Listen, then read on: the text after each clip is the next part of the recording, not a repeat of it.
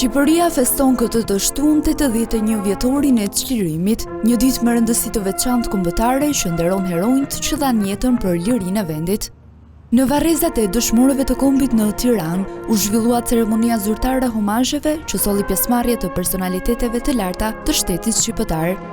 Kryeministri Rama vendosi lule dhe u përkul para monumentit nën Shqipëri.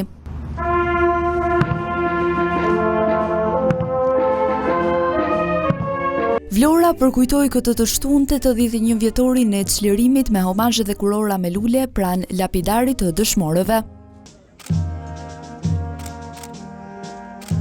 Të pranishmit nënvizuan rëndësinë e ruajtjes së kujtesës historike.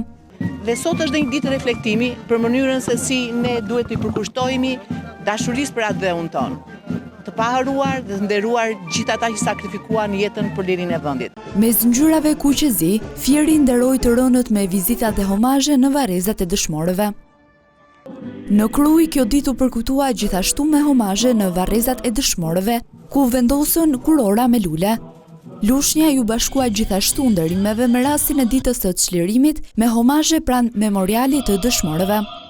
Homazhe janë zhvilluar në varrezat e dëshmorëve të luftës edhe në qytete të tjera të vendit.